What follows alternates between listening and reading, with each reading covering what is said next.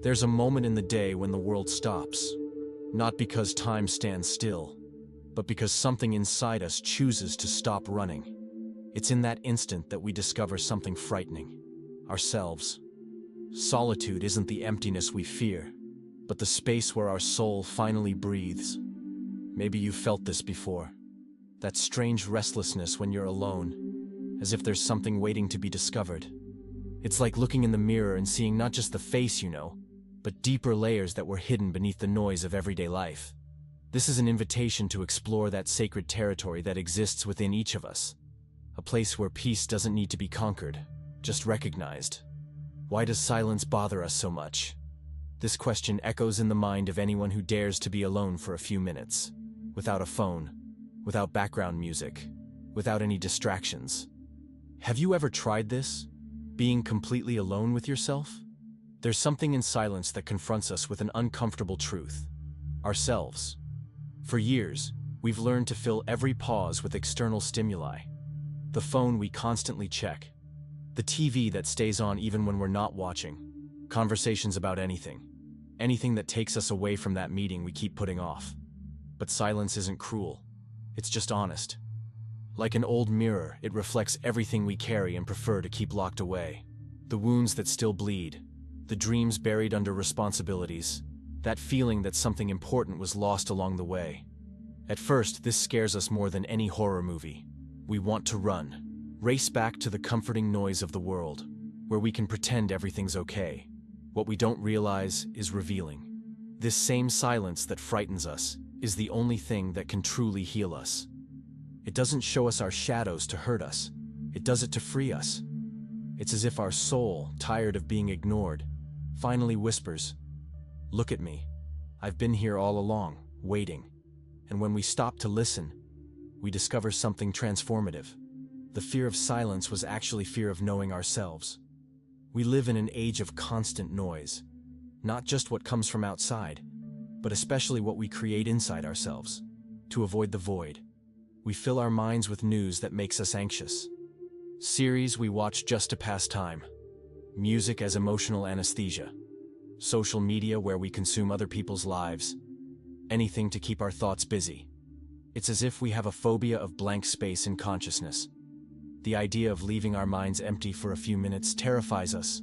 We run from one activity to another, from one stimulus to the next, like hamsters on an endless wheel. And maybe our existence really does depend on this race. Because stopping would mean facing what's happening inside us. Dangerous territory. This false piece of distractions gives us a comfortable illusion, the illusion that we're living fully. But deep down, way down where truth lives, we know it's just elegant escape. It's like painting the house on the outside while the structure rots from within. There's an abysmal difference between absence of noise and true peace. External silence might just be lack of sound, but real peace is born from within. Like a spring that bubbles up from deep in the earth. It emerges when we stop resisting who we are. It's in that moment we discover something surprising. The emptiness we so fear isn't really empty. It's full of unexplored possibilities, of insights waiting to be born, of wisdom that can only emerge when we create space for it to exist. When silence finally settles in, something disturbing happens. Thoughts, feelings, and memories that were locked in the depths of the psyche begin to emerge. Like ancient visitors knocking at the door when we least expect them. Jung called this the shadow, that part of us we reject, that we don't want to recognize as ours. In the noise of everyday life, we manage to keep these parts asleep, sedated, like animals in a locked cage, but in quietude, they wake up. They stretch their muscles, and they start to roar. The anger we swore we didn't have, the sadness we buried under forced optimism. The fears we pretend don't exist because real men don't have fear. The envy that eats away inside. The inner silence that physically hurts but we hide behind social smiles. Do you recognize any of these visitors? At first, it's almost irresistible to run again, to race back to familiar distractions. But there's deep wisdom in this haunted encounter. Being with yourself becomes a gateway to something greater. Integration. It's not about harshly judging these shadow parts, nor trying to eliminate them like malignant tumors. It's about recognizing them as ours, understanding that they're part of the complex picture of who we are. It's a delicate process, like caring for a wound that needs air to heal. Withdrawal offers this protected space, where we can look at our shadows not with terror, but with compassion. The compassion of someone who finally understands integration is more powerful than denial. There's an alchemy that happens in withdrawal. A slow process, sometimes painful, like raw metal that needs to go through fire to become gold. The raw emotions that emerge in silence don't just stay there bothering us. They transform. Anger can transmute into determination, into inner strength, into courage to establish healthy boundaries. Sadness, when finally honored, can blossom into genuine compassion. Fear, when confronted without witnesses, can transform into practical wisdom. But this only happens when we develop patience with the process. The fire of quietude isn't comfortable. It doesn't have an instruction manual. There are moments when the intensity is almost unbearable. Moments when everything inside us screams to run away. Do you know this feeling? But ancient alchemists knew something we've forgotten. Interrupting the process in the middle means losing the entire work. The metal needs to remain in the fire for the necessary time. No more, no less. This patience is one of the most challenging lessons of being with yourself. We live in an age of instant gratification, where everything needs to happen at the speed of a click. But inner alchemy has its own sacred time. You have to trust the process. Even when we don't understand what's happening, it's like planting a seed in dark soil and waiting with faith for it to germinate, knowing that something essential is growing, even when our eyes can see nothing but apparently dead earth. True solitude isn't the painful absence of company, it's the full presence of ourselves. Rainer Maria Rilke, a European poet who lived at the beginning of the last century and dedicated his life to writing about solitude, love, and the mysteries of the human soul, said that solitude is like rain that comes from afar, from horizons we cannot see. There's something poetic in this image. Solitude isn't an accident or punishment. It arrives to us loaded with meaning, bringing something essential that our soul was waiting for without knowing it. When we stop seeing solitude as lack, everything changes. We're no longer alone in the painful sense of abandonment. We're alone in the sense of completeness. It's like finally being able to hear ourselves, without interference from other voices, other expectations, other definitions of what we should be. In this protected space, we begin to rediscover layers of ourselves, layers that were buried under years of social adaptation. We begin to remember who we really are beyond the roles we play: professional, son, father, friend, husband, beyond the masks built to navigate life's complexities.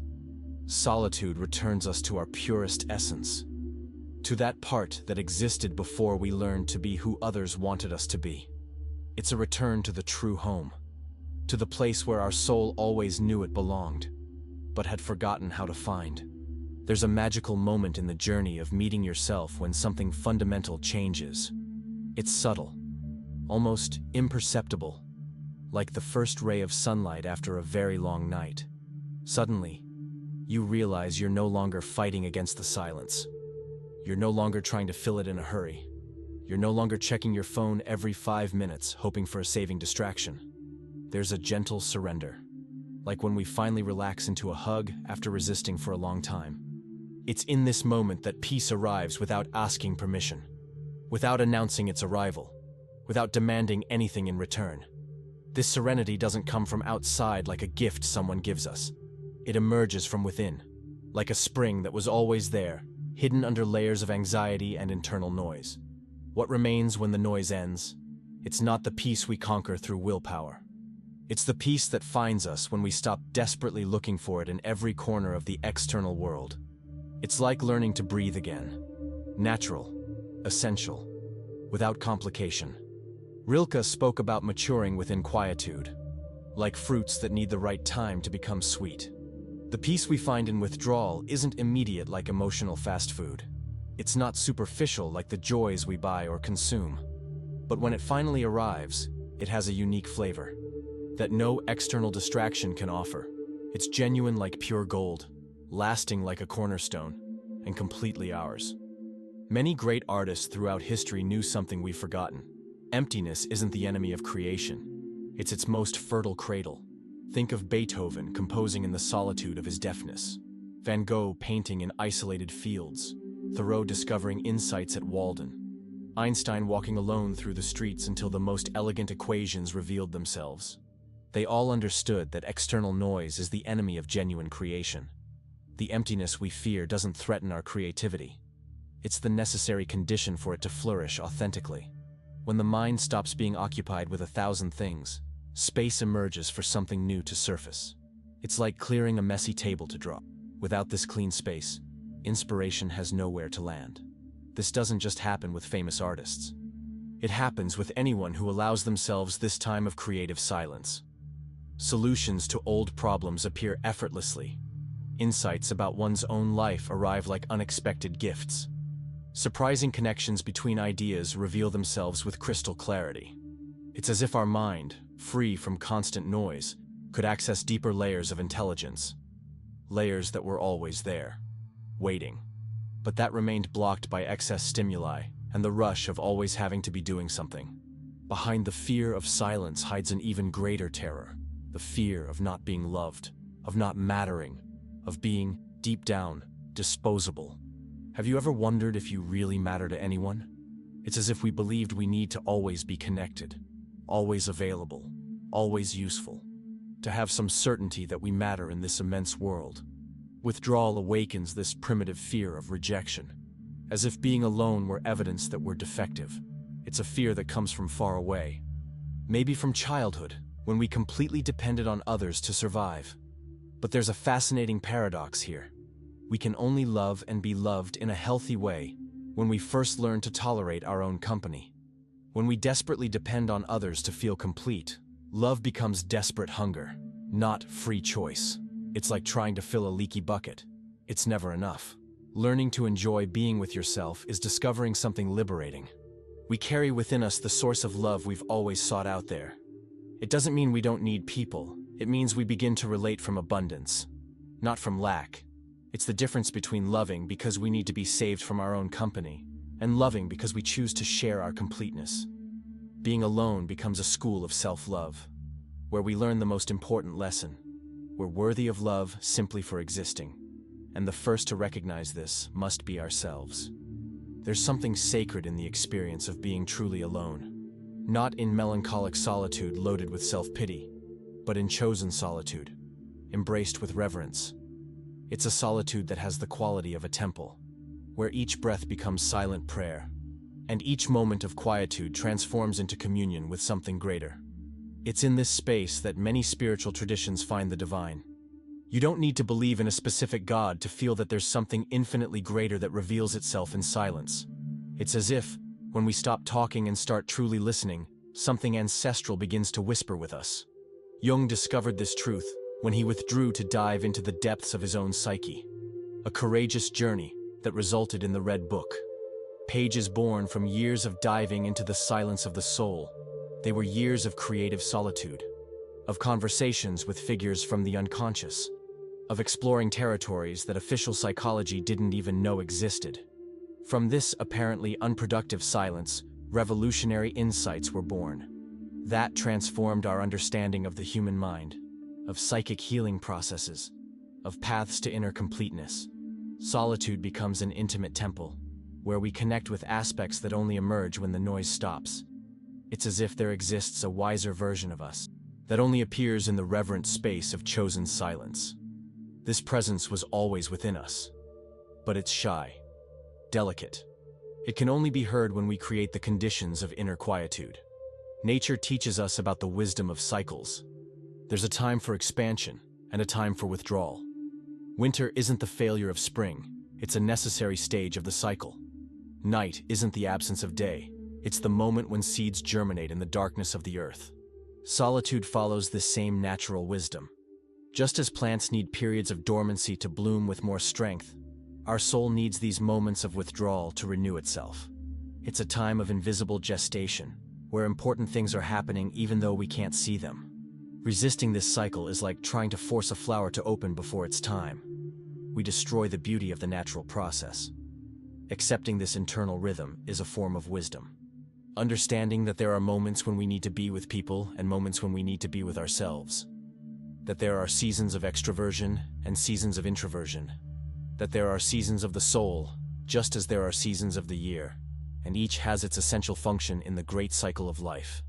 Jung spoke about individuation, this process of becoming who we really are, not who others expect us to be, not who we learn to be to survive socially, but who we genuinely are when all masks fall. It's a courageous journey of self-discovery that goes beyond simple therapy. It's an adventure toward inner completeness, a quest for the most valuable treasure, our own authenticity. Solitude is an essential step in this journey. It's in silence that we begin to distinguish our true voice from the voices we've internalized throughout life: parents' expectations, society's pressures, friends' opinions, cultural standards we absorbed without questioning. Becoming whole means integrating all parts of ourselves, including those that were rejected or hidden. It's like putting together a puzzle where some pieces were lost under the couch of life. Solitude gives us time and space to search for these lost pieces, with the patience of an archaeologist, with the delicacy of an art restorer, to recognize them as ours even when they frighten us, to find each one's place in the bigger picture of who we are. This process isn't disguised selfishness, nor narcissistic isolation. It's exactly the opposite. When we become whole, when we stop projecting onto others what's missing in us, we can relate more genuinely. It's like learning to play an instrument. First, we need to practice alone, know each note, each chord, to then play in true harmony with other musicians of life. The withdrawal that heals isn't cold isolation. It's loving reunion. It's the return to the home we always were, but that we forgot how to find in the rush of modern life. It's not the house of bricks and cement where we pay rent. It's the house that we are ourselves. When all social masks fall, when all performances cease, it's an internal space of welcome, where we can let down all our guards, remove the defenses we use to protect ourselves, relax the muscles tense from so much effort to be accepted. It's where we can cry if we need to, laugh if we want to, stay silent if that's what our soul is asking for, without fear of judgment. The practice of meeting yourself is a precious gift. In an age that conspires against these moments of quietude, it doesn't need to be something grandiose. It can be a few minutes a day, a few hours a week, moments where we can simply exist, without having to be productive, without having to entertain someone, where we can hear the whispers of our soul, observe the movements of our heart, honor the wisdom that's born from silence. And you? Are you ready for this meeting? It's not about running away from the world or from the people we love.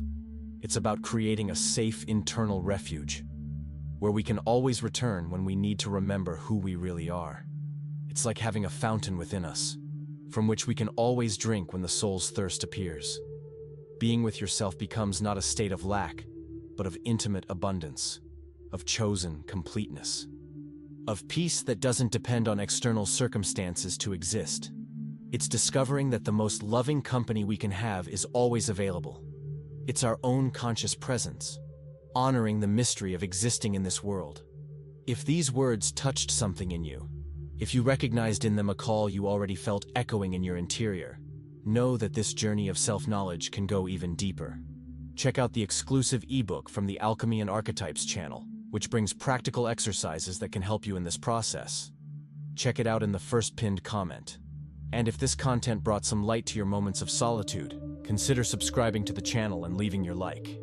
Not out of obligation, but because maybe other men, on their own silent journeys, might also find here a little of the peace that only exists when we finally allow ourselves to be truly alone with ourselves.